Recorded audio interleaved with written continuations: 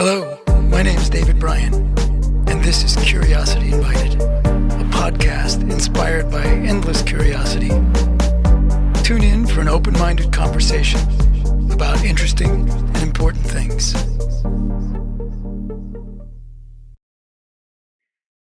Welcome, everybody, to Curiosity Invited. My name is David Bryan, and I have the pleasure yet again of speaking with author Omar Imady and editor-publisher Noel Hagman. You can decide which one is which. Omar, let me just put it this way. Omar is the gentleman, Noel is the lady. So to speak, yeah. And you guys, I hope some of you watched it last time. I thought it was a really interesting conversation, and back again, and hopefully more of a focus. You know, where the second one grows out of is my realization coupled with my own feelings of guilt afterwards. Like, well, you know, he's an author. Well, we barely gave him a chance to even read anything if he wanted to. So we'll see what happens. How do you describe yourself when people say, "Hey, what do you do?" Good question.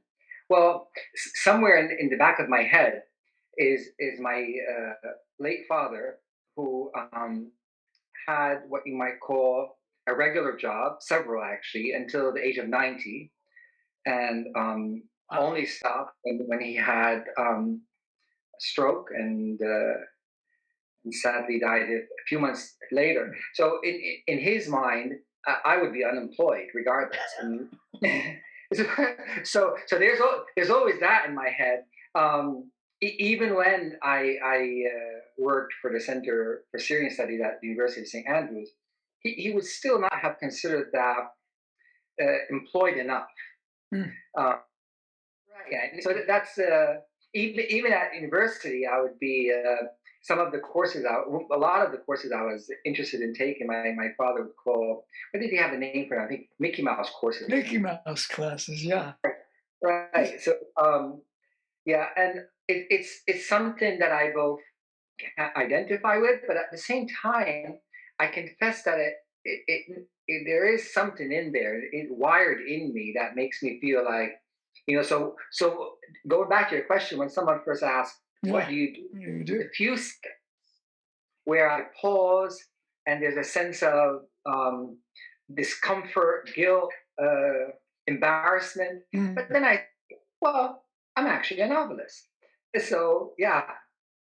Yes, you are a novelist, and well, you know, All the time.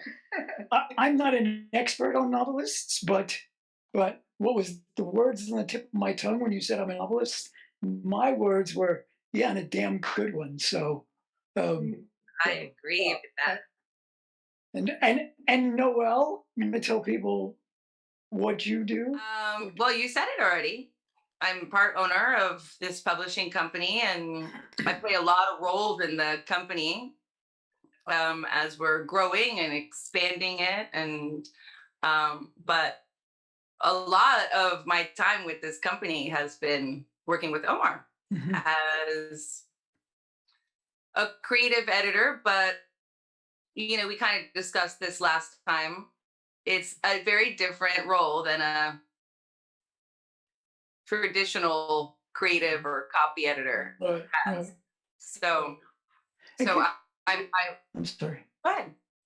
No, could you just tell briefly how is it that Omar came to Villa Magna Publishing, or was Omar already there when you took over the company? Yeah, Omar was already there a little bit with the Gospel of Damascus, Mhm.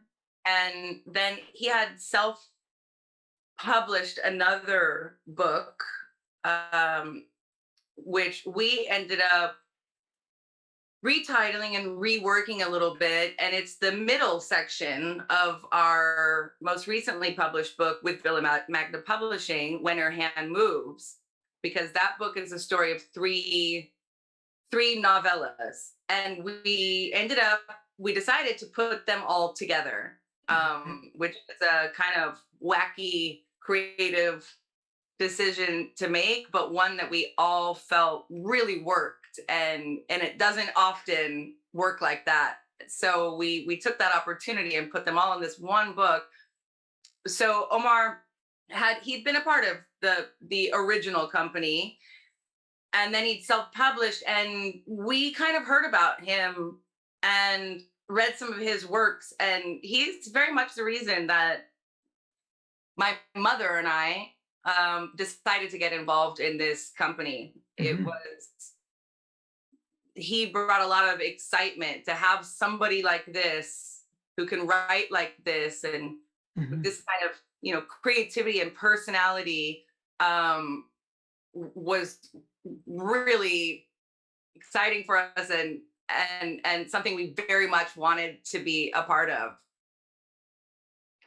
Um, so can I ask, and I'm asking this question genuine curiosity, not to put anybody on the spot, but Omar, those three novellas, sorry, was it three? Yeah, the three novellas in When Her Hand Moves.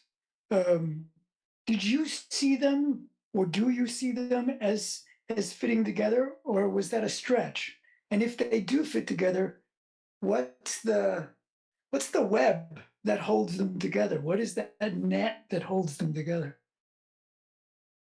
That's an excellent question. I actually I think had they been larger, had they been maybe short novels, they could have been separated. But in my mind, and I shared this recently with Starla and Noel, I every story I write, I find that I write it three times.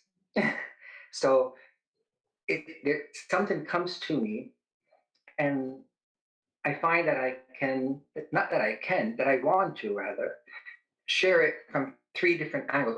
And it almost becomes three-dimensional Mhm. when the three works end.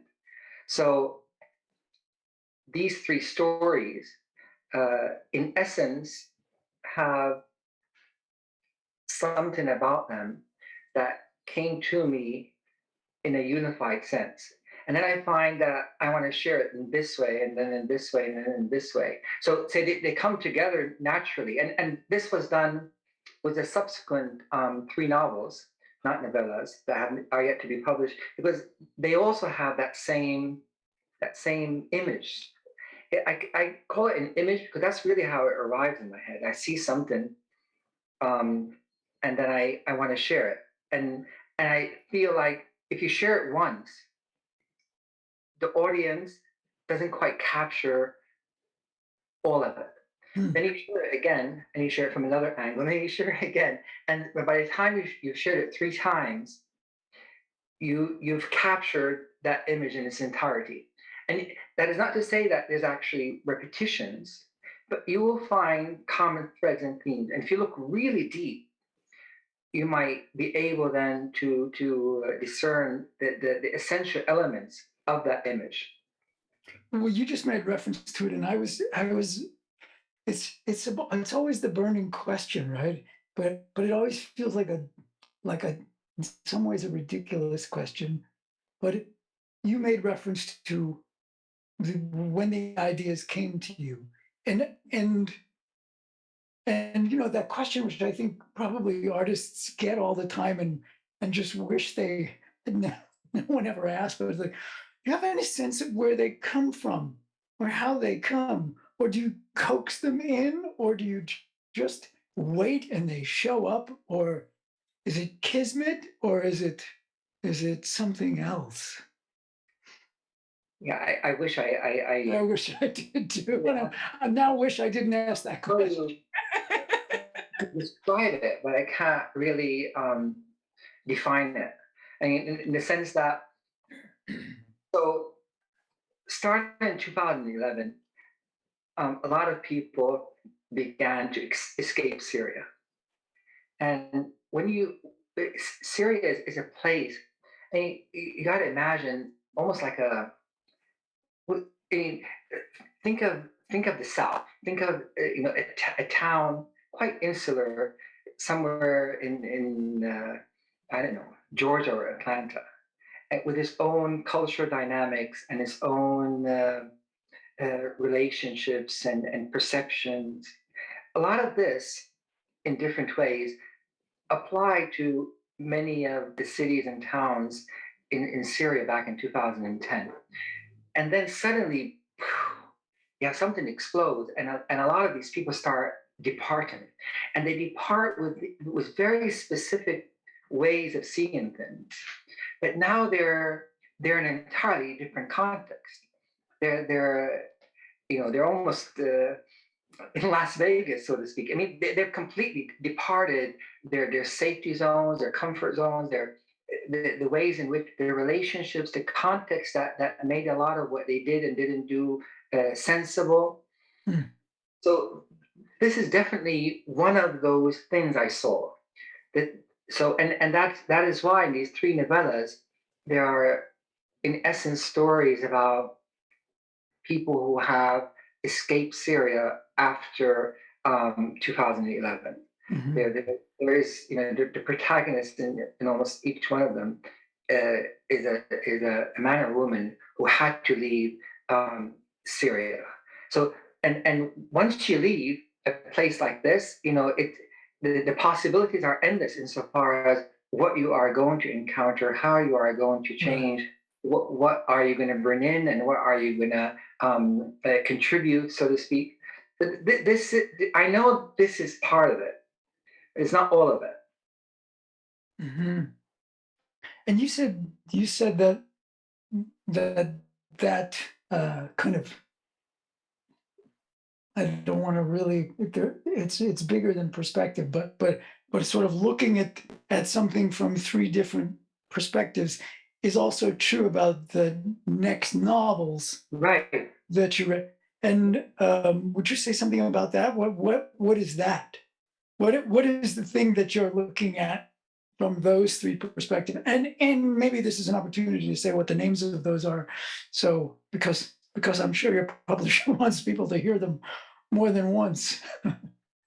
Right. So we have first this less the experiment, and then we have catfish and Caitlin, and then we have erasures or erasures. And at ground zero, so to speak, what the story being shared in three different ways involves the extent to which I've come to realize that the way in which people of faith, Muslims in particular, uh, understand revelation and scripture is largely obsolete. The way they understand it, they the way they see it. Obsolete in what way? What do you mean obsolete? So the idea is that we have a sensibility now, what I would like to call or refer to as a global sensibility that you'll find. In other words, the vast majority of people would regard certain types of, say, punishments or judgments or ways of seeing things today as either consistent or not consistent with this sensibility, so to speak. This applies to Muslims, to Christian Jews, and people of various faiths and various geographies. It's amazing. I don't think there's ever been a time in history where we can say something like this, that there really is a sensibility that is found in the vast majority of people. And therefore, when one talks about, for example, amputation as a form of punishment, Mhm. I suspect that whether you live in New York or in Beijing or in Seoul or in Cairo or in South Africa, the vast majority of people are not going to be at peace with that type of idea. There's a it has left our sensibility, so to speak, has departed, has gone somewhere else. So the same would apply on the way in which certain types of language is used to describe other people, things of this type. So when you go back to the books that, whether it's say within the Abrahamic family, so we don't get too distracted, and we look at the Hebrew Bible, the Gospels, Quran, we will find certain language that it is difficult to reconcile ourselves with.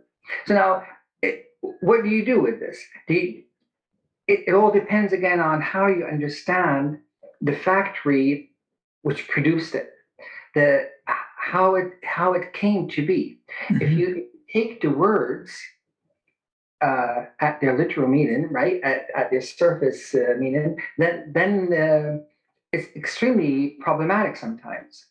But if you reinterpret the process of what we call revelation, if you understand it in an entirely different way, if you allow for human filters, for historic dynamics to be at work in filtering the process of revelation, then everything changes. Then when you look at a text from the 7th century, you understand that this has to, by its very nature, reflect not only the dynamics of the 7th century, but also the very person through which this text arrived, so to speak, or through which we received it. So these are the types of questions which may seem intuitive to many, but to the vast majority of Muslims today, though their sensibility has departed, at the same time they don't rationalize it in this way. So going back, I think I'm becoming too academic on this. No, I was going to push a little bit. Please do. I just worry because as a novelist, I'm often told not to become overly academic on some of these. Well, I appreciate that and I understand it, but Well, a quick interjection before you ask, David. One of the things that I think that is so exceptional about these couple books and couple more coming is his ability to really talk about these very academic subjects, historically authentic, academic, intense debates that are uncomfortable and challenging, and to expose them, discuss them, interrogate it a little bit, put it within a different context where it's not doctrine, right? And it's not explaining how things should be, but then also putting it within a setting of very personal stories. So the stories themselves are thrilling and engaging and interesting and sensual and mysterious, but they're discussing a lot of really heavy concepts. Yeah. But I think it's done in a great way. There might be, and I don't want to put you on the spot, but I know you were looking at some things potentially to read. Might there be an example of what you're talking about right there that yes. you can share? So yes, should I share the context for one of them, Noel? Please. What would you like me to do? Okay. So even as his anger ricocheted around his head, he felt his body beginning to react to the thought of seeing Zina. Jude tried to exhale. She clearly knew a lot about the ACA, though she was never interested in talking about it. I've been having this feeling of intensity for the past few days. Intensity?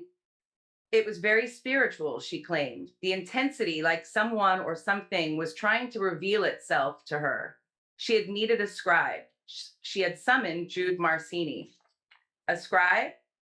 An explanation would have bored both of them. More Zina than Jude, in truth. Just take your clothes off. There's a towel hanging behind you if you're feeling modest. She stood by the door of the sauna and stared at him. He stared back at her, violet eyes that no one could say no to.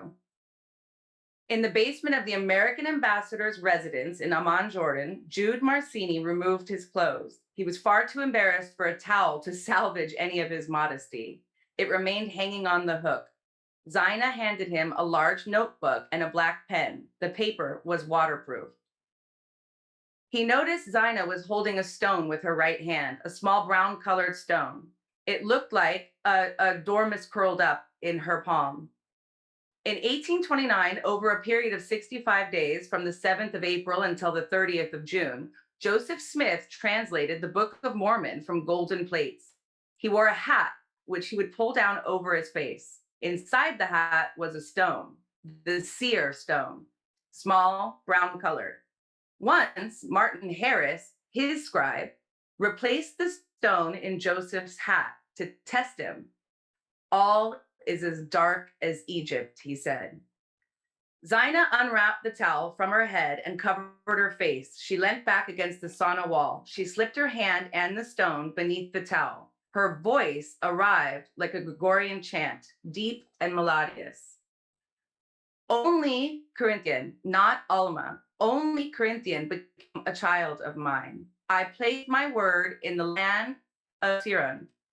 My throne descended on the home of Isabel. My light brushed against her hair. My rain fell upon her shoulder. To the hardened, she was a harlot. Yet to me, she was why. Why I sailed through Lehi. Why I wrote through Moroni. Why I loved through Joseph, and why I returned in the latter time. But it was only Corinthian who recognized my sign. She removed the towel. Her skin was deep red, wet with sweat.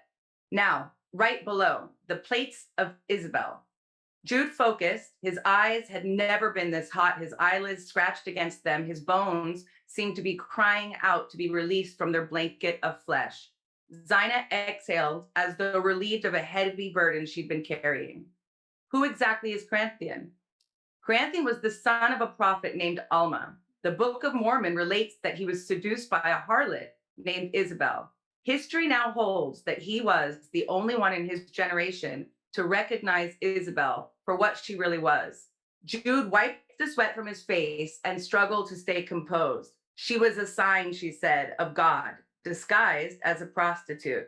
Don't you love how God shatters our expectations? Part. Zina climbed down from her bench. Jude could tell that his body was no longer under his control. It reacted to her regardless of how much his mind might object. He watched as Zina lowered her head into his lap. Her mouth had moved from reciting ancient and sacred hymns to doing those things that made him feel watermelons breaking against his head, lemons exploding in his mouth, sharp objects racing down his skin. Minutes passed. She raised her face and looked into his eyes. Jude Marcini knew that if he didn't leave the sauna that instant, he would most certainly die. So it's it's quite a scene with this tense, tense content, and you feel the character feeling this, and then this deeply religious and spiritual moment. And I think it's yes. Yeah. Thank you, Noel, for sharing that. It was beautiful. Thank you. Sorry if I messed up the words. I think one of the things I missed, David, is the fact that in our ancient sacred history, mostly again in relationship to Islam and Christianity and Judaism, the prophets are almost entirely, they're always men. So one of the things that in reinterpreting this idea of revelation in my works, there are always women, and they almost have to be. I think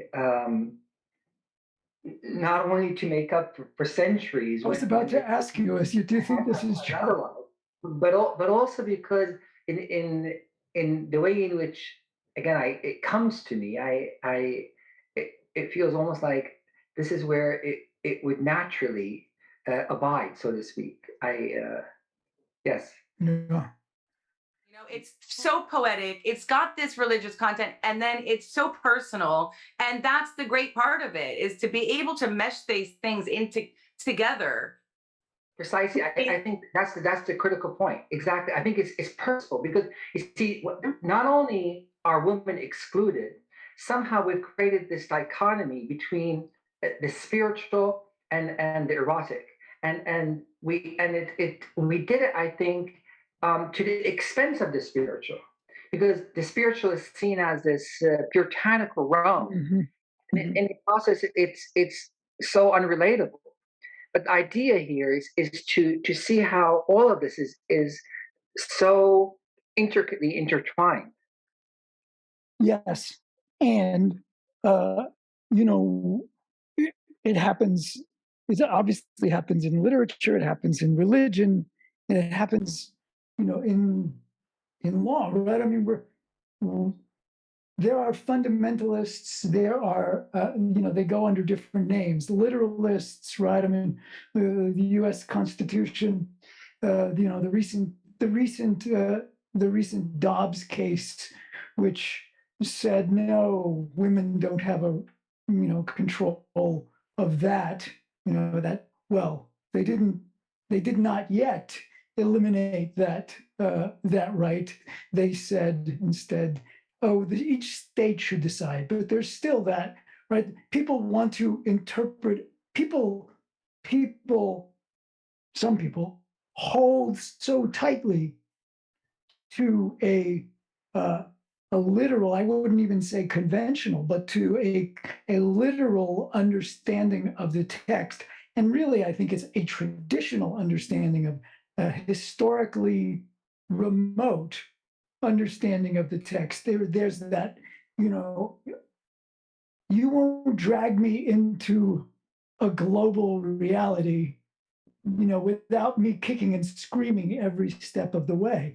And that's certainly true in religion and in all sorts of places where people hold so tightly to a past they do not want to change, even if it's a past they never actually experienced themselves. Right? I Right. mean, there's so much resistance to that by, well, we're finding out by so many more people than I think we thought. And so there's a way in which your books, there are uh, they're moving the ball forward, while while there are people who want to keep that ball way back here. Right. So, Right. And But in essence, this section, sorry, Omar, is to take spirituality and combine it with a woman expressing her sexuality is a pretty powerful thing. And for me, the way he writes it, it's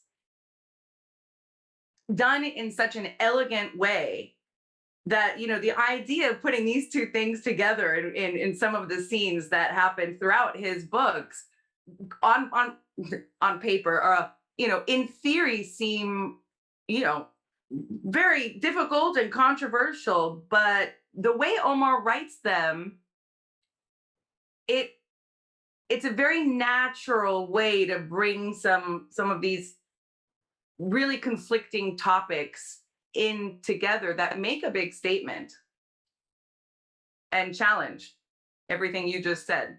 They're well, challenging. yes, exactly. I think that's right. I think for many people it would be challenging. What were you going to say before, Omar? I was going to say that there's two things that can be done against this Yeah, reality described, yeah, either to go after the literalists, which I'm not doing at all. I'm not going after the literalists. I'm going after those who were alienated by the literalists, yes, so to speak. absolutely. I'm reaching out to. I Yes. want to see that they were pushed by people who don't get it. But I'm not. I recall after this particular story was read by uh, someone, a friend of actually my mother, um, who is a Mormon, and he was quite upset with this story. Oh, He's a religious, and I was like, but there is honestly no intention to be disrespectful here. On the contrary, I feel that there are many young Mormons, young female Mormons in particular, who have been alienated by the way in which mhm. um, the narrative is shared, by the way in which this the story is told, and I'm in this particular instant retelling the story in a manner that reaches out to those people, And in would the you sense say, that I'm sorry. No, I was going to say, would you say that is a feature of what is that always on your mind as you're writing the things that you have written and the stories that are still are yet to come? Because I know you're swimming with them. So is that always true? Do you think that? well, yeah, I mean, I think definitely when I was writing these three novellas, and then the three novels that followed, there was definitely this idea that we so many people have become unnecessarily alienated because they accepted a way of presenting faith, revelation. Um, Mhm, they accepted the literalist take on it, and then they rejected it. Whereas there is a way to retell the story, um, to share it in using very different metaphors and mhm, imagery, and that still captures uh, purpose, that still captures meaning, but at the same time that is relatable in a very different way. mhm.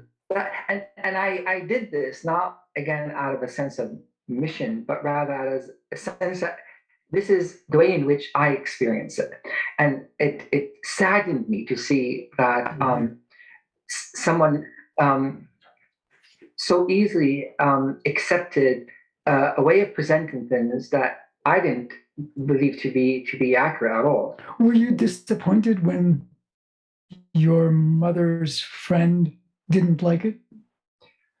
I expected it because it's not really, again, the people who are comfortable in the literalist narrative, and literalist narrative is a spectrum, right? It can go Sure. to extreme literalist to the Right. semi, Right. but if people are comfortable in that, I mean, I'm I'm not speaking to them. I'm not speaking Yeah. to them because they're clearly within their own place, and they're not problematized, and it Your works for job is them. not to accommodate Yeah. everybody. Your job is to express Right. things, how they Uh, work in your brain. And yeah. Yeah. yeah. Yeah. As long as they're not engaged in acts of where that hurt others or unkind. They're this is their story, and I respect it. I mean, that's a Yeah. critical. I respect their own experience of their faith, but these works and stories are shared by people who I feel are more like me, but didn't have necessarily that chance to stop for a minute and see. Wait a minute. Why am I allowing others to share with me the story in their way? Why can't Mhm, I, mhm. rewrite it in a manner that becomes relatable to me? Yeah, a different framework to still hold those same beliefs or sentiments, but can be broadened. Do Yeah, do you this may be you're I think you may be too humble to answer this in any other way, but do you see do you see the courage in doing what you're doing? I see the courage in doing what you're doing. I suspect Noel sees the courage in doing what you're doing. Do you see your expression as courageous given the given the world that we live in? Right. Well, the real authentic response is that I have never seen myself as courageous.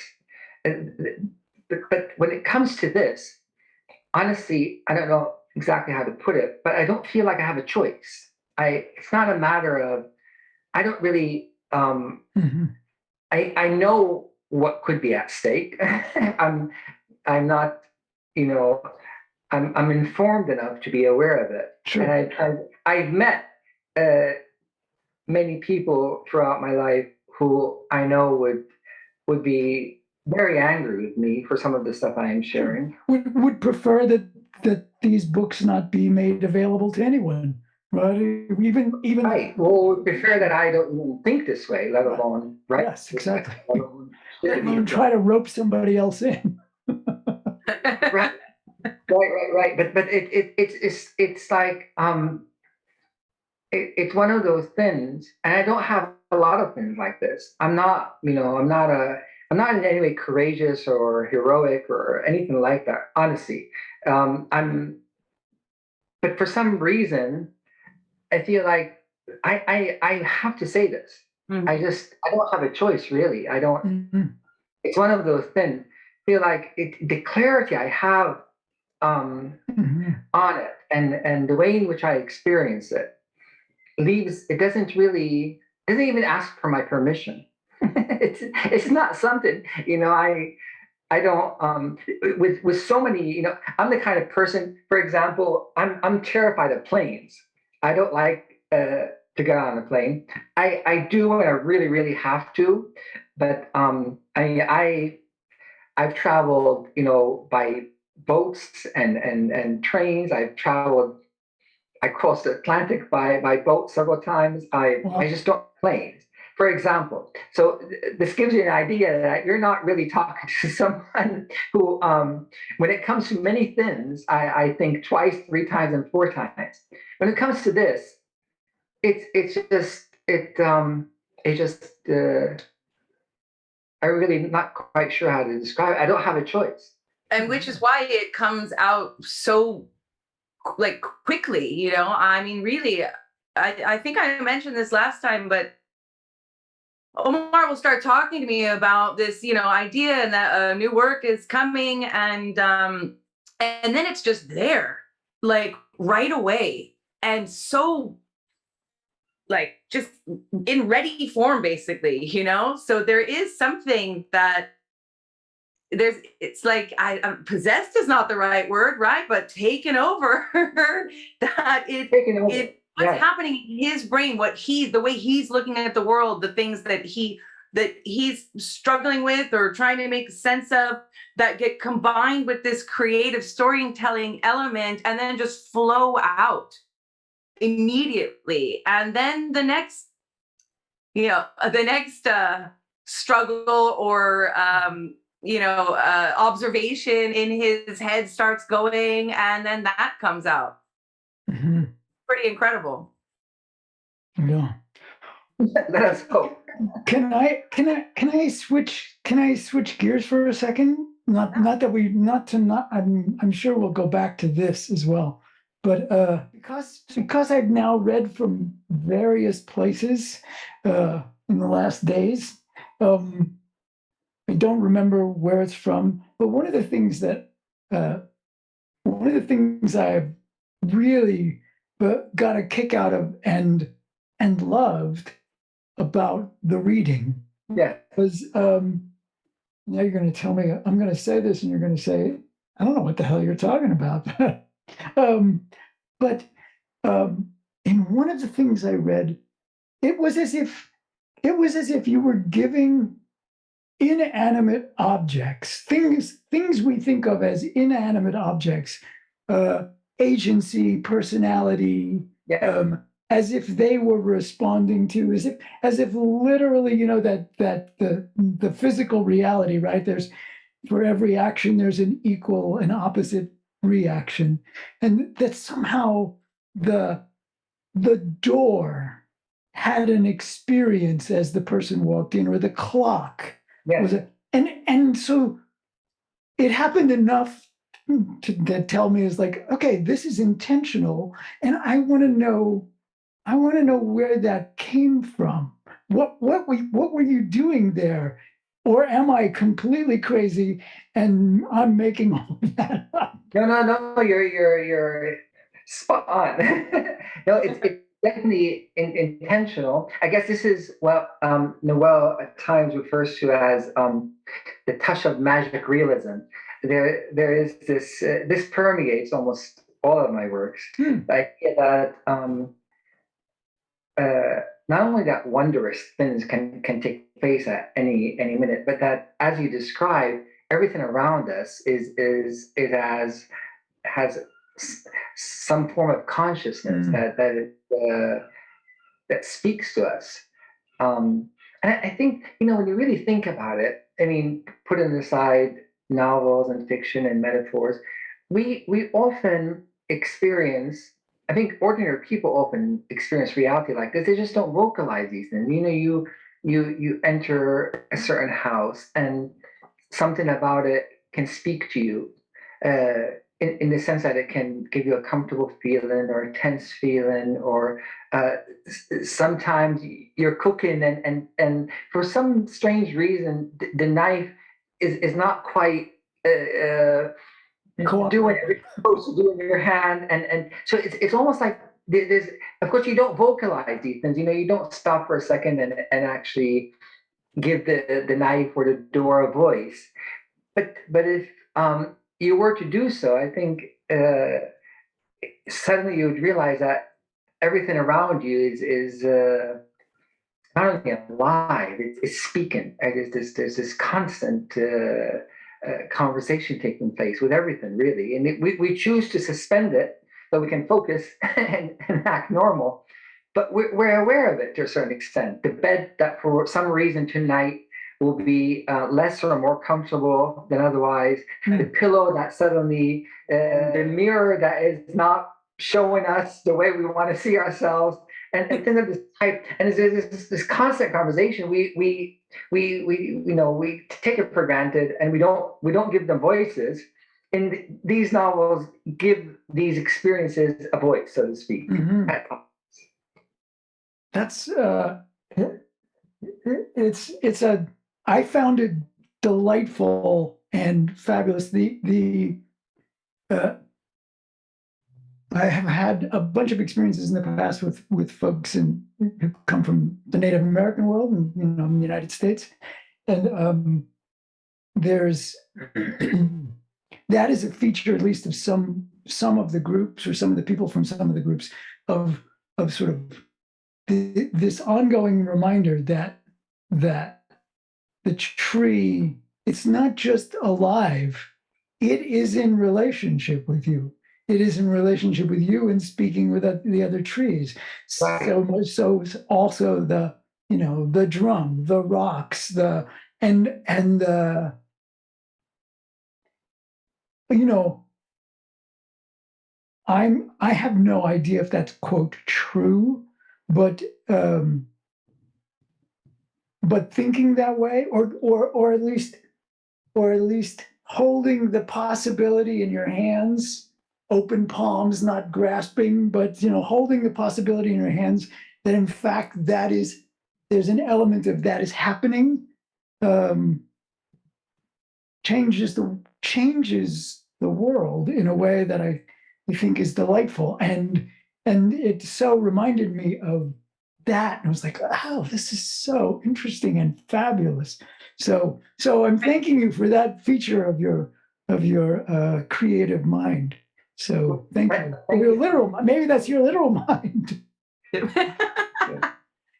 So, But it does. It changes your mindfulness about the way you interact with things around you and how you approach, yeah, approach things with a different perspective. And it's not. It can't be a bad thing. That's all I have to say. yeah, the, have you, do you remember the book? Did you come across the book, The Botany of Desire? Um, I think it was Michael Pollan who wrote it, but I'm not entirely sure. But he essentially wrote about the world from the perspective of various plants. Oh, wow. The apple, that essentially talking about how the plants used people to do things, to spread its seed. Johnny Appleseed spread the seed of the right, or the tulip, what we call as the tulip bubble from Belgium back in God, I forget where was it, Holland, where fortunes were made and lost, et cetera, was really about the tulip using human beings to create beauty, to spread its beauty. So it was remarkable. And there's a way in which that's true. Of course. And I think that's I will say the thing that has most captured me as I've read some of your things is the deep reminder, at least to me, that I hope I'm not being too long-winded here. I grew up struggling with reading, and I grew up in the age of television. So I loved stories. I love stories and movies and stories and TV shows and blah blah blah.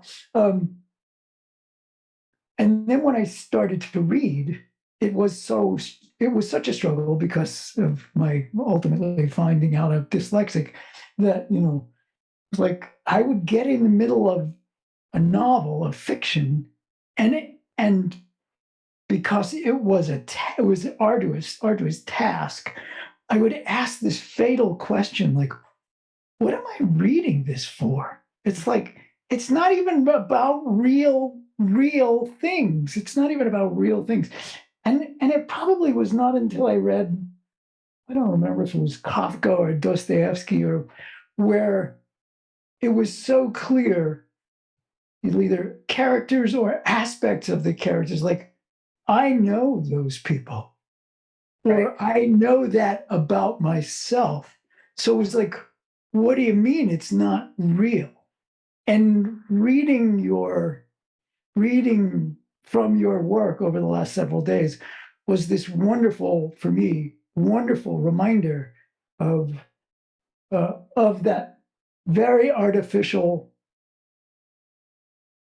simple distinction people make between fiction and nonfiction. Yes. And sure, sometimes that's probably an easy distinction to keep, but sometimes it's not at all. It's not at all. And look, watch the news, right? You can watch the news from this station to this station, and they're both talking about the same story, and it's a really different story. And like, wait, so what do you mean nonfiction, right? And what do you mean fiction? These are real people. In some way, they're more real than some of the people that you encounter. So I'm thanking you again for that aspect of your work, which I find very compelling. So Thank you for reading them. I confess when I'm not writing, I spend hours listening to these various long interviews, many of which Donald Hoffman, you may have heard of him. He would call himself a conscious realist. So he's a scientist, and he talks about the way in which he regards this entire world as almost being an interface within which all of these icons, including us, they all signify from the human to the rock, some form of consciousness that is outside of the interface, but is somehow governed within this interface by space and time. So going back to what you're saying, I think it falls very, very consistently with this, this artificial dichotomy between whether it's fiction, nonfiction, or what we call real and unreal. It's all a matter in the analysis of perception. And what I try to capture sometimes is a way of seeing things that allows everything to speak, because it does. Because it does, yes. Yeah, yeah, yeah. So I'd like to, do you guys think that we could switch to talking about Celeste a little bit? Yes, I was actually going to turn to Wish Noel could read us another excerpt if she's willing. Not embarrass you. Then forget it. Exactly. See, that's the point. The Celeste experiment is in essence about this man who's married to a very wealthy woman, and she's diagnosed with a terminal disease, and he's on this mission to save her. He gives up on what the medical institution can provide him with. So he moves from one religion to another, going through all the conversion rituals and processes in hope that there is one religion out there that would be able to do something that would cure his wife. And he moves from Judaism to Christianity to Islam to various Eastern spiritual traditions, and then his wife dies. And his response, almost his form of grieving, is to want to come up with an elaborate, sophisticated, expensive plan that, in his mind, would amount to demonstrate in an unequivocal way that all religions are false. And he experiments with various types of plans and scenarios, and he has a committee of scholars that he brings over to consult, and finally he settles on the idea that what he wants to do is to emulate the way in which, because you see, he's constantly being told that it doesn't really matter what you share. People who are religious will simply dismiss your findings unless you speak to them through their own language. And what is the language of religious people? It's revelation. So he comes up with this idea whereby he will put someone through a set of steps that prepare her, and because she's a woman, that would prepare her to a point where she would finally experience revelation. But in her particular case, because of the way in which her experiment has been sculpted, when she finally speaks, when she finally shares her scripture, so to speak, it will be one that is hostile to all the main pillars of religions. And in the process, she'll be speaking, through the language of religion, but the content will be entirely hostile to it. Something to this effect. So he identifies this young woman and he puts her through this experiment, and you need to read the story to find out what takes place. Okay, good. I'm so glad you did that, because I will just say that is the story I've been reading, because I got an advanced PDF from Noel, Yeah. and I could not turn away from it. So I saw it heading in that direction, and you were about to give. I'm so glad you didn't. No, I won't. Thank you so much. Careful. I'm not. Thank you so much. I'm not usually careful. That was really good. Yes, that was. I was like, I'm sitting here going like, oh, I'm gonna hope he doesn't die. Thank you. Good. Sorry. There have been books written in almost every language about what happens to the dying at the moment of death. But Michael had never read one that told him what happens to those they leave behind. In the coming days, he would wander through shock, sadness, guilt, regret, grief in all its guises. But in that moment, Michael experienced an extreme and overwhelming sense of aloneness, as though a cavern had opened up inside of him and he found himself standing in it, completely and utterly abandoned. Had he screamed then, he would not even have heard an echo. This was not the same as loneliness. For loneliness, one is at least aware of the possibility of the presence of another. In the moment Celeste died, Michael knew completely and absolutely that he was utterly alone. The next thing he felt was an intense and burning conviction, and that was why he was in Paris. Professor Dufour, you are the world's leading expert on the critique of religion. You are the loudest voice out there calling for the end of the age of faith. And I want to know, how can it be done? How can religion be decisively and categorically disproven? What is left? I will fund it. You are the expert and I am the heir to over £1 billion. Together, whatever is left, we will do it. I will fund research, think tanks, conferences, you name it, I will fund it. So that's a section from when he starts this whole plan of his. And then this is a little bit towards the, a little bit later in the book. So this is Michael speaking. What is this bullshit, sir? A sense of otherworldliness, humming, staying dry in the rain. I thought this guy was doing a PhD in neuroscience. What is he turning into, a fucking sap?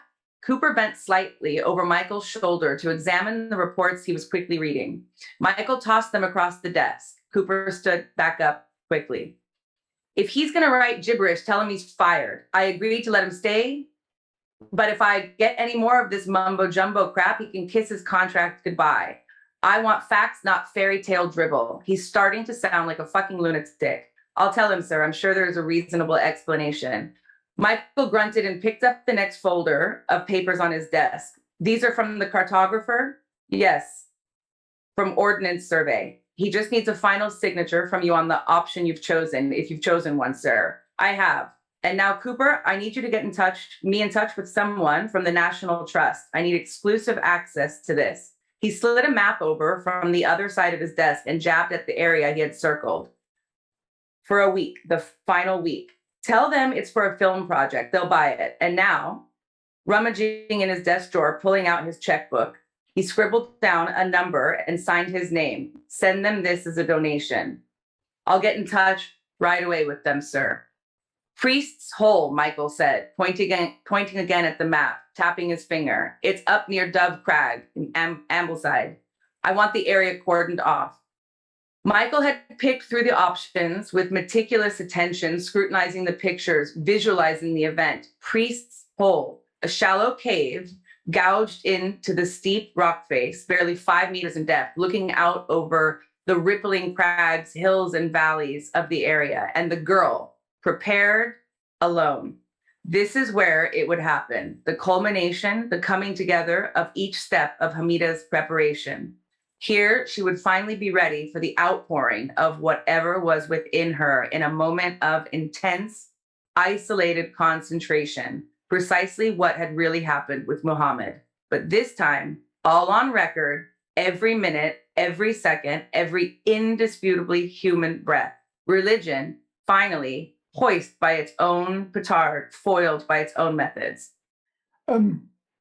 Tell me something about the research that you, well, assuming that, right? I mean, I have some story that you have an idea and then you're researching it, but it may be that you have already bumped into those things and don't need to do much research. But so many of the things that I've bumped into in the words you've written seem like they are elaborately, thoroughly researched. So do you spend a lot of time doing that, or are you carrying around a wealth of knowledge that you just sort of Some of the lines may be erased, but there they are. I think also one of the things, David, we were talking about Hamida, Yeah, and he's like, is this true? it's true. Is this actually accurate? Yeah. Yeah. I think for a very very long time, even before we used to have access to internet, I would find myself, you know how in today's world you can go on YouTube and start watching these random interviews and documentaries, and I do this often. In Back in the 90s, I would find myself um, at, for example, the library at the University of Pennsylvania. I would just lose myself for hours just looking at things that are really, in my father's mind, an entirely waste of time. Things that absolutely, are of no functional value. I would share some of this stuff, and he would be like, "Just tell me in what possible context would any of this be useful?" And so Look later, right? it's a wealth of useless knowledge that has finally found You finally found a use for it. right. It finally found a platform for which it can be, articulated. And this is one of the things I like about his books too, is that you learn a lot, but in this way that doesn't make you feel stupid or stuff it down your throat, but it's just seamlessly put in there, and you walk away really learning a lot about history and religion and food. I don't know if you've gotten any to the parts of where he writes about food. It's unbelievable. Yeah. These in Catfish and Caitlin, she comes across a manuscript, which is in essence a cookbook that is 1,000 years old. And this is an actual thing. It's an Abbaside manuscript, and it has these fascinating recipes, and she just has to she has to try one. It's just And I'm telling you, when you read this, it was not only me who had this experience, but a couple other people who read it. You seriously want to go and cook that. Just like she did. You want to go out to the store, get the ingredients, and come back and cook that. And that's such an interesting reaction. Have you done it? My mom did. Yeah. Right. Yeah. Did she like whatever it was she was cooking? I think so. Yeah. Yeah. You're cooking, something that is 1,000 years old. Then yes. Yes. Yes. So I want to be respectful of your time and etc. So is there anything else you want to say? So could you, Noel, could you clearly, so that people can hear it? So in addition to Gospel of Damascus and When Her Hand Moves, there are others soon coming and down the line. Yes. So his first book is Gospel of Damascus. The one that's, and then the most recent one we published is When Her Hand Moves. The next one that will be published within the next month or two is called The Celeste Experiment. And then after that, we will be publishing Catfishing Caitlin. And then Erasures. Oh. And then there's two more coming, but I'm not sure about the titles for those two yet. Well, that'll fill up people's dance cards. I think so too. Yeah. Yeah. There's two more coming out. And Omar, is there anything that you'll be disappointed if we stop recording this and oh my God, I forgot to say whatever. Well, I probably would want to ask in the sphere of your podcast, is there something that you are really curious about that you, for whatever reason, were inhibited of asking about? Would you something that you want to know, but you wonder if maybe it's not appropriate to ask, because it is appropriate to ask, and I would love you to ask. Good one. I don't know if that's true. I find myself wanting to. I find myself after now the second of our conversations. I find myself wanting to sit in a room together. Well, I don't smoke, but I really would love to have a cigarette in my hand, a real cigarette, Right. And because there's something about that, and a little either a snifter of scotch or and wrestle a little bit um, with with a bunch of things that have been said along the line. It is because so there's I really do understand and believe when you say you're not trying to, right? You have no choice in the expression of this. You're not trying to convince anybody. You have no choice about that. And but you are working with a publisher. You could just stick the documents in in the bottom drawer of your dresser and never put it out there. Of course, then your no longer around father would have so much to say about you not having a job. At least this way you can say, well, I'm a novelist, so there is an element of um, you're not trying to drag anybody into something, but there are all sorts of ways in which you're making an argument, right? And in the best sense, I don't mean trying to argue with people. I mean, well, I know what you mean. yeah. So, and I'm still going back to the. I actually think that anytime somebody puts something personal, even if it's just coming from quote your mind or a memory or whatever out there, it's making themselves vulnerable. And so there's a way in which it is courageous. Is it diving on a hand grenade?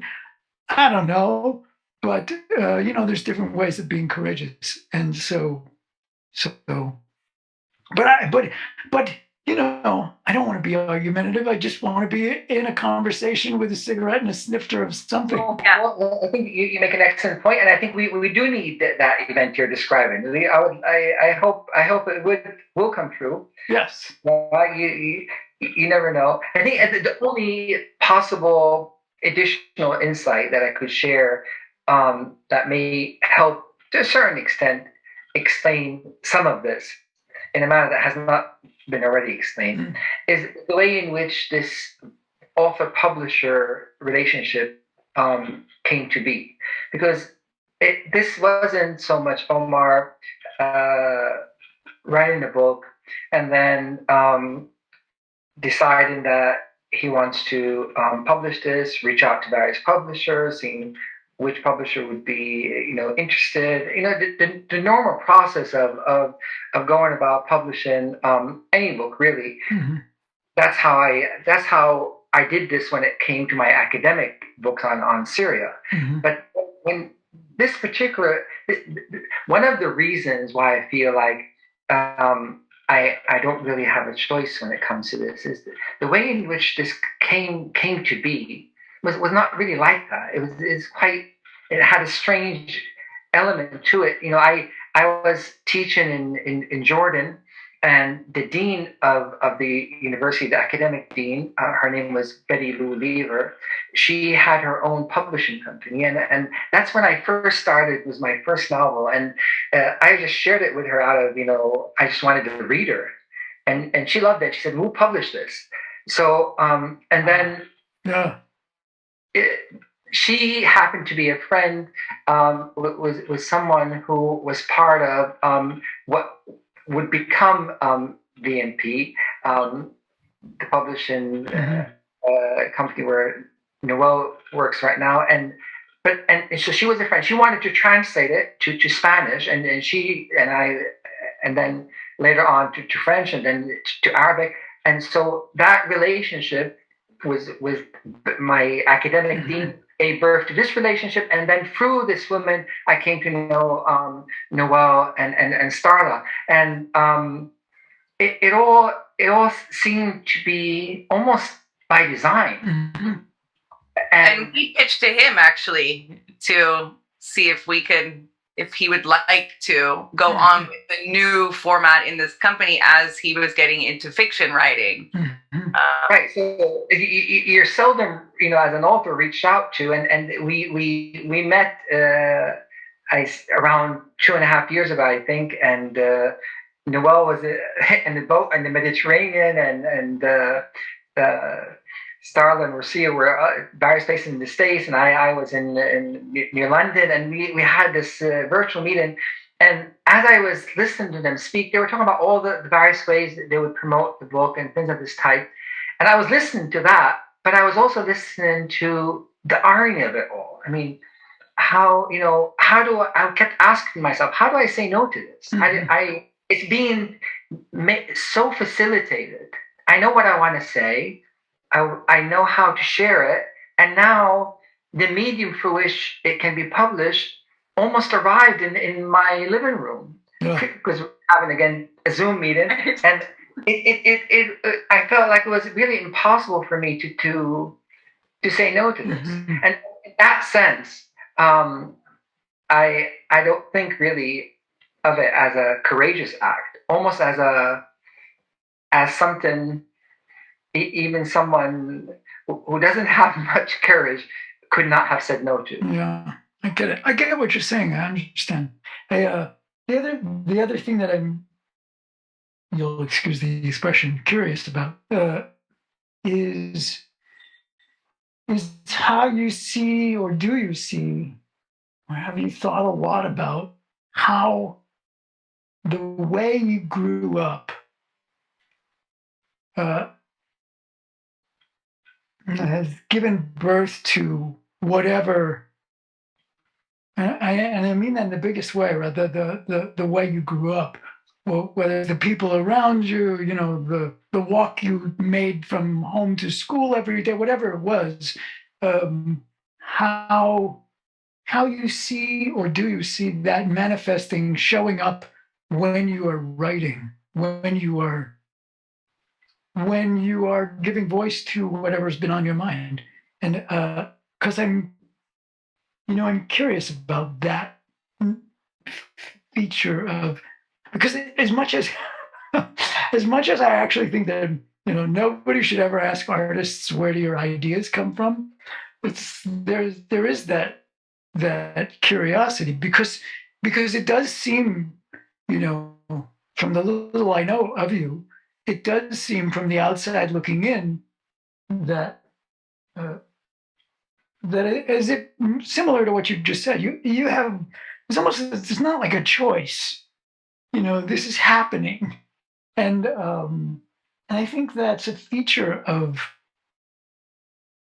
that's a recurring feature, at least in my world, of artists. There is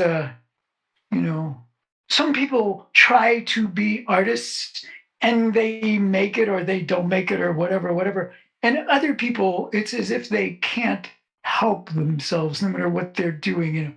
They're sitting at the table and playing with the matchbook, and I would end up lighting the match.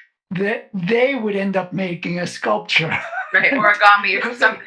They just can't not. And so I'm so curious about where that comes from. And I guess I'm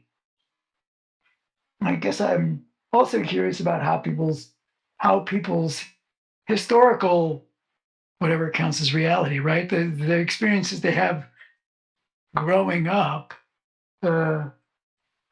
oozes out of and finds a life in what they create. So I wonder if you thought about that. No, absolutely. I think it's not just the people you knew; it's the people you know. and from conversations with my grandmother all the way to conversations with Noel. I mean, and everything in between. Sure. All of this Yeah. feeds into because they all come back to you as you are writing and as you are visualizing what you're seeing.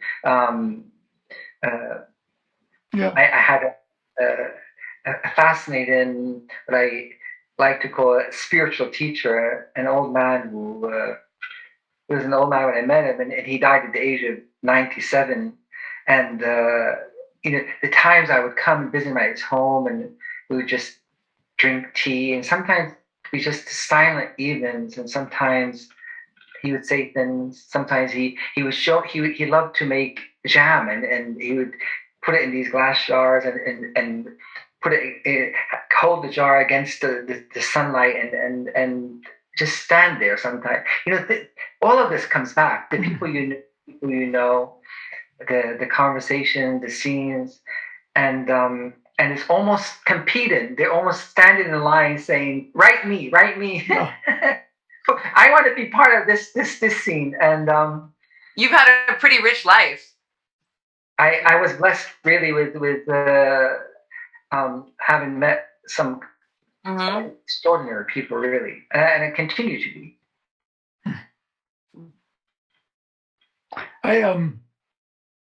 This is not apropos of anything. I was determined after I left the school that Noel went to, probably almost as a way of clearing my throat after 20 years of that. I wrote a book about it, and it's called Heading in the Right Direction. I was the head of the school, and it probably should have been called Heading in the Left Direction, but whatever. But I found it such a struggle, and ultimately, it was like not it never knew where it wanted to go, and then after the 7 drafts, it was like I was done, and it was whatever it was, the end. And right. How long did you work on it for? What was the total process from? Probably 2.5 years. Yeah. And and ultimately, I was not particularly happy with it, but I mean, there are pieces of it that I was very happy with, and